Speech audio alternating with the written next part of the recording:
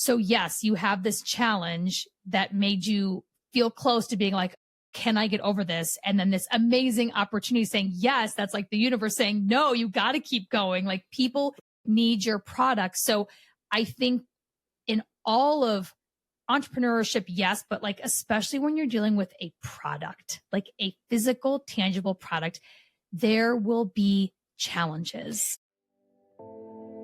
Do you have a brilliant product idea but don't know where to start to get it made? Or are you looking to level up your product but afraid to take it overseas? If so, you're in the right place. Hi, I'm Jackie. And I'm Erin, and we are The Sourcing Gals, your trusted guides to everything you need to know about sourcing, manufacturing, and scaling your product overseas. Whether you are just starting out or you've been making your own product for a while, we are here to help women source products overseas without the overwhelm. In each episode, we'll share insider tips, actionable strategies, and inspiring stories to help you source more effectively, save time, and boost your profits. Duh! We know how hard it can be to juggle the ins and outs of product development, but don't worry, we've got your back. So grab a cup of coffee, get comfy, and let's dive into how you can grow your business, make more money, and turn your products into profit. Welcome to The Sourcing Gals. Now let's get started. High five. Hi.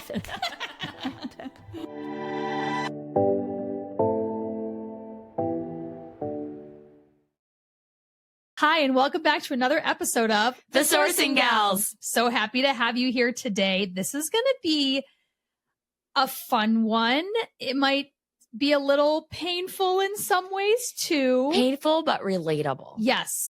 And hopefully everyone walks away from this episode feeling excited to turn the page and move forward, because we are today talking about when to walk away from a product idea.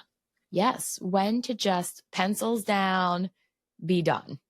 Yeah. And it's so funny because for me, we'll get into real life examples at some point here, but there are so many stages of ideas that I have, and at different stages I've walked away. Yes. I mean, the amount of just daily ideas I have for new businesses is like, it's just my brain. Off the charts. It just does this. I mean, Aaron and I are sending voicemails. What if we did this? And what if we did this? And I was thinking this might be a really cool thing. And then I take it through like my quick filter, and it definitely weeds out, a good like 75, 80% of them. Right. Because I think that you and I, it's one of those scenarios that just because you can doesn't mean you should. 100%. Like I'll be doing something So and good. think, oh, this is an opportunity in the market. I should do this. And then I stop and think, no, I shouldn't do this. Someone else should do this, not me. I'm not passionate about it. It's just an idea. See, so this should be a business. We should just give everybody else our business ideas, and they can run with it. and then they can run with them. If it's important to them. Another business right there. See, we could do this all We day. could do it all day. But we're really going to talk about how quitting a bad idea is okay. Yeah, it's not quitting. It's not actually quitting. It's protecting your energy. It's being smart. Being smart. It's knowing that around the corner from that one idea that maybe didn't actualize the way you thought is most likely the next best idea ever. Something better. So this is something, again, that is very important to understand. We're going to talk through some of the filters that we use that we think is important as entrepreneurs, as business ideators. And again, we all are probably come up with ideas all the time, but it's really, what is that filter that takes you through to go from, oh, I have this idea, to, okay, is this an actual viable product that can be scalable and that someone would actually pay a market appropriate value for? Or is it a fun little quirky thought you had? Yeah, which is totally fine. And again, I have them all the time, but it's really about focusing on, I always say, is the juice worth the squeeze? Like, does it light you up? Does it make you excited?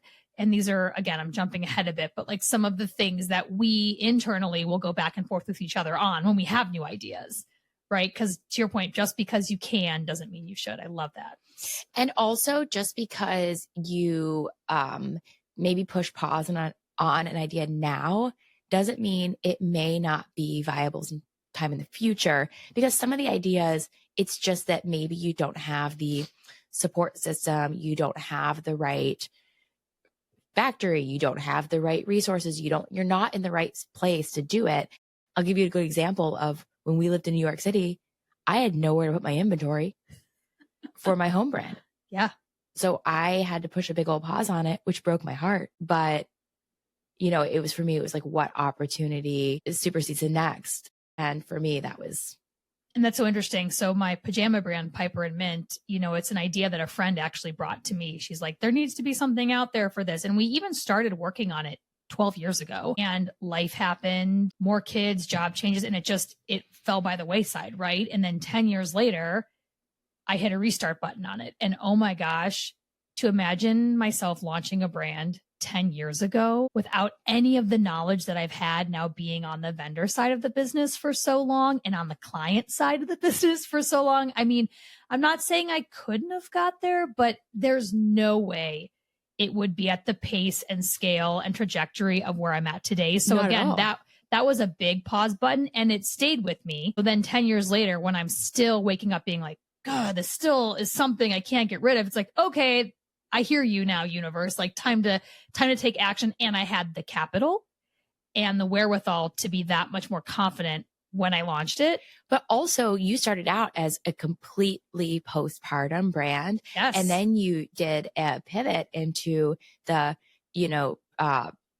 menopause, perimenopausal space. Totally. That I had a brain blur on that. But you wouldn't have had that insight 10 years ago either. No, the women's health, menopause as it is known today, and how much of a voice women's health is finally getting, that wasn't happening 10 years ago either, right? So there's all these universal things that have aligned to, I believe, help catapult this brand now that would have been looked very different 10 years ago. Well, let's start actually with, what are some of the things that get people into these situations? Oh, this is fun. To begin with. Oh, goodness. Okay. Sometimes it's just trendy. Like there could be a trend happening and you want to capitalize on this trend. The issue with trends is that they come and they go. They sure do. So if you are someone who has maybe built product-based businesses before and you know how to get in and get it out there fast and then mic drop at the right time, like sure, awesome. Do it all day long. Go for it all day long. But first-time product creators usually are in that position. Exactly. I mean, development might take you a year, and by then the trend wave is like on the descend, right? And then as you're building inventory and as trends are shifting, all of a sudden, like that's a scary financial situation to also be in. That's a position where a big brand who already has the wherewithal to get it done quickly, or someone with experience, would be better suited, but also where you could go into it not making something from scratch and buying something like wholesaler from the market and trying to turn it quickly if you really wanted to dip your foot into this. Yeah. And I think trend should and will influence any of your product-based businesses, right? Yes. If color, we were just talking about our old, millennialisms, like when Chevron and just like gray everything. Disagreeable gray. What is it? Agreeable gray. That's funny because I definitely disagree with it now, again, 5-8 years later from the trend. But, at the time, launching home decor, like if that would have been a trend right thing to do as a print or a pattern in your business, like go for it, right? Like trends are going to change, but the actual item itself, the longevity of the product itself, if you are a first-time product builder and you believe this has a long runway, you want to make sure the product itself will still be relevant to your audience 2 years, 5 years, hopefully longer than that down the road. Absolutely. So there's trend. There's just kind of an emotional excitement or attachment to an idea, which I think happens to us defines us the most. Just before we hopped on this call, I was talking to Jackie about moon phases and an idea I had surrounding moon phases. And, it's like, come on, Erin. Yeah. Let's get this podcast on the road. It's okay. I had 2 business ideas, and I've actually, just for those fun visionaries and inventors out there, I have a little page in my notes on my phone. And when I have this crazy ass ideas, I just throw them in there. And then usually when I let an idea percolate too for a minute and I come back, I'm like, okay, that was just, to your point, excitement. That was like, oh, white space opportunity. I think this could work. But then when I actually, again, started going through some of the filters and just even let it sit truly for a few days, I come back and I'm like, yeah, I don't think I want to do that though. Great idea. I'm not saying the idea is not valid, but do I want to do it. So there can be personal excitement about the idea that initially gets you super jazzed. But then when you start to think about the work that goes behind every idea is really when it's the reality should start to hit in. Sure. And also, if that personal excitement is a phase you are at in life, sometimes that can be a red flag.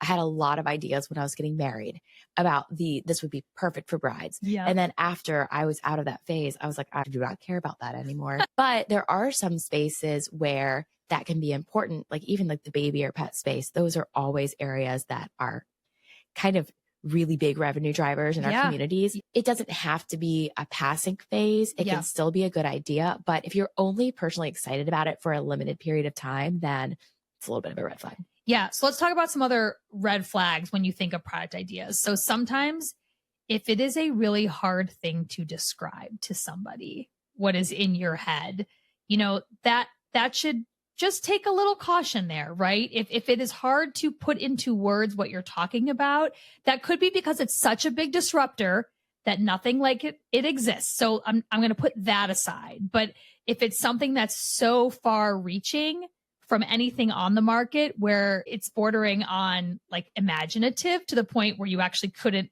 create it or sell it in like a physical form, like, okay, that might be something to take note on. The red flag is just if you've gotten a little bit into it and your costs just aren't working. Let's say you have an invention and you need to sell that invention for $5.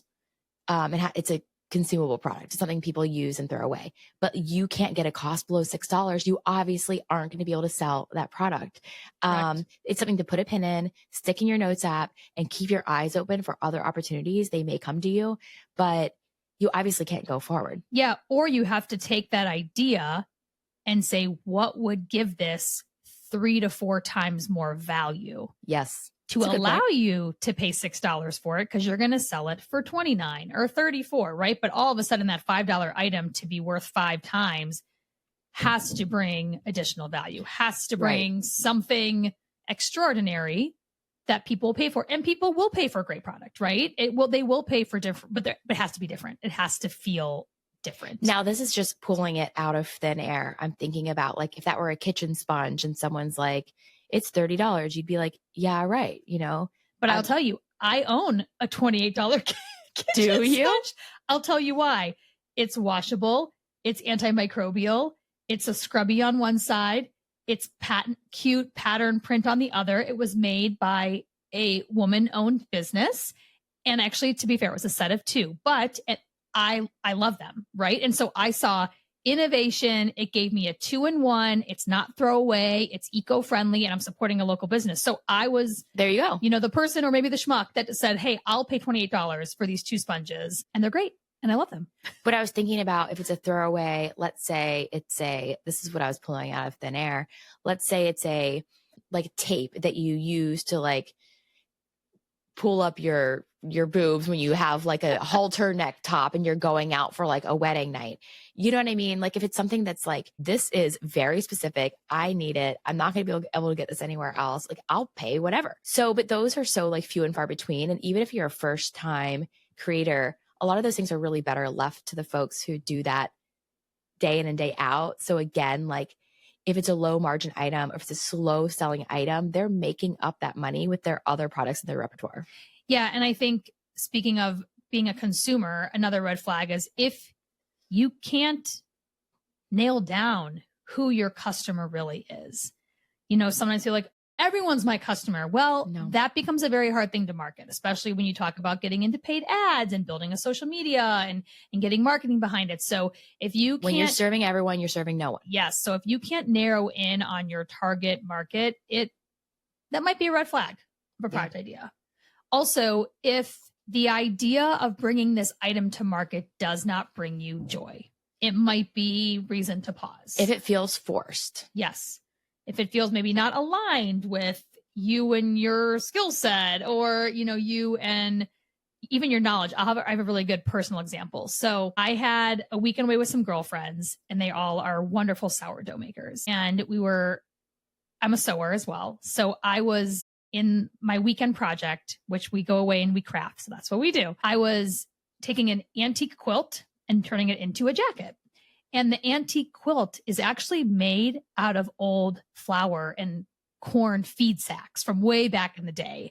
And what was so cool, the quilt I got actually had a note and a story about all the different fabric pieces and different things that they were using. And I was like, oh my goodness, this would be so cool to have really authentic looking flour sacks brought back as sourdough savers, like how to wrap your sourdough. Because all the ladies were talking about how it's hard for them to keep their sourdough. They don't necessarily want to use chemicals like foil or plastic wrap, but that's what they do. Some said, oh, I use a towel, but it's not great. And I'm like, oh, we should come up with this great aesthetic sourdough. And like, to be fair, I went on Etsy, I looked, some people are doing it, but I couldn't find it at scale. And so I started to go down the path of this. And then I got even down to like reaching out to one of my factories. I was like, hey, I need organic cotton. And I'm thinking this, that, and da, da, da. And then I kind of paused and was like, okay, yes, I can do this, but I don't even know how to make sourdough. Like, does this matter to me? Ultimately, no. Again, it was a product idea that could serve a purpose, but someone else would probably be way better equipped to do this and bring it to market. So if anyone wants to launch this, I'm happy to give you some tips and tricks. I was even thinking you could line it with like a beeswax or something. Exactly. There were all these things. But again, I'm like, I don't think this really lights me up. It was just one of those inventive ideas that I'm like, well, someone should do this and bring it to scale. So that's where I was like, okay, I got the Instagram account, right? The first thing I do is always grabbing the Instagram account. I had the sourdough social. It's taken. So if anyone wants to release that, let me know. I will give you the rights to it. My point is like, I actually went, time and energy, wouldn't say cost, time and energy down the road, and then realized, wait a minute, like I don't actually want to launch sourdough sacks to market right now. So what would you say you gained from walking away from that idea? Some time and energy back. I have a prototype. I actually got a sample. My factory sent me a sample. So if I ever choose to make sourdough, I have a prototype sample to wrap it in. But no, I think it was just the importance of it's okay to hit the pause button.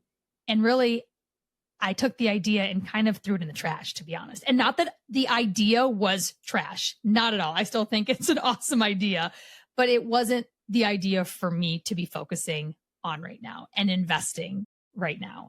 So I think just knowing how far I'd gone, and it wasn't, maybe it's my mindset. I was never like, oh, that was a waste of my time. I was like, no, I learned that, this category of business is probably something that doesn't really excite me. It doesn't really light me up, So I realized I need to be passionate about what I'm selling and what I'm producing to want to put time and energy into it. So, maybe down the road one day, if I have a team that can just launch products, I'll just shoot ideas out all day long. But again, that's not fulfilling. That's not what was going to bring me joy. It was a revenue driver, but it was really nothing more than that to me. Right. So that's, learnings to, it's okay to hit the pause button, push things to the side, or again, even just like put them in the trash and be like, hey, that was something that I tried and I'm going to refocus my energy onto the next thing.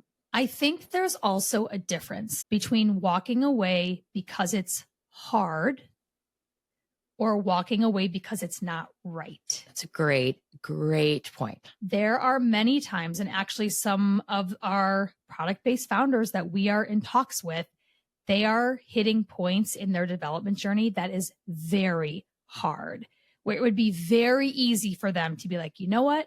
Screw it. Like, I'm done. Like, I can't go over one more hurdle. And then something amazing happens. The woman I was texting with her this morning.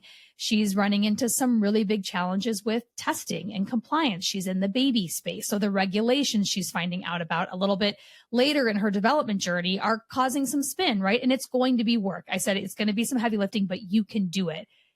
Then today she texted me that she just made it as a finalist in a huge grant opportunity. And That's I'm like, amazing. I have goosebumps right now. Like, so yes, you have this challenge that made you feel close to being like, oh, can I get over this? And then this amazing opportunity saying, yes, that's like the universe saying, no, you got to keep going. Like, people need your product. So I think in all of entrepreneurship, yes, but like, especially when you're dealing with a product, like a physical, tangible product, there will be challenges. But I think it comes back down to some of the logistics we talked about earlier.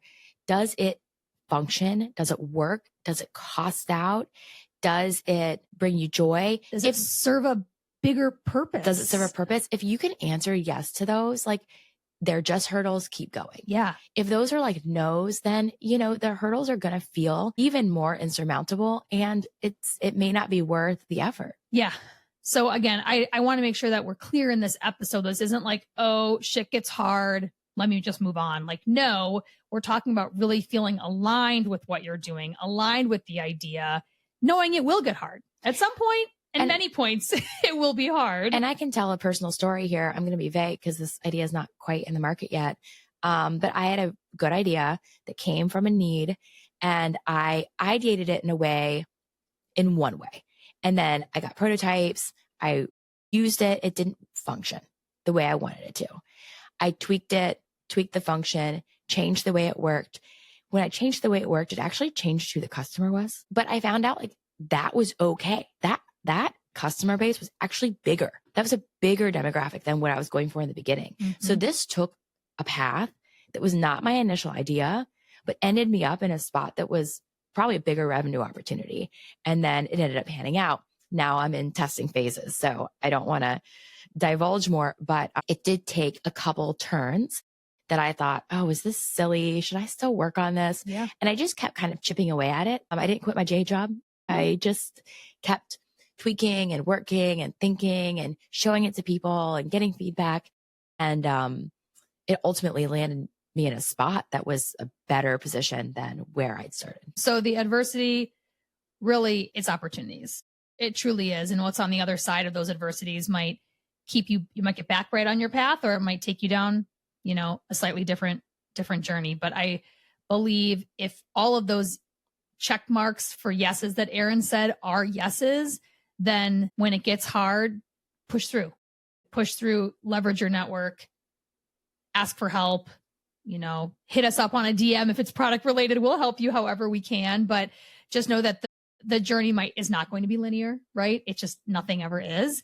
But if you can be flexible, if you can be open and adaptable to those changes, those boulders that might come in, and realize, okay, I got to go around this now. I got to go over, I got to dig under it, right?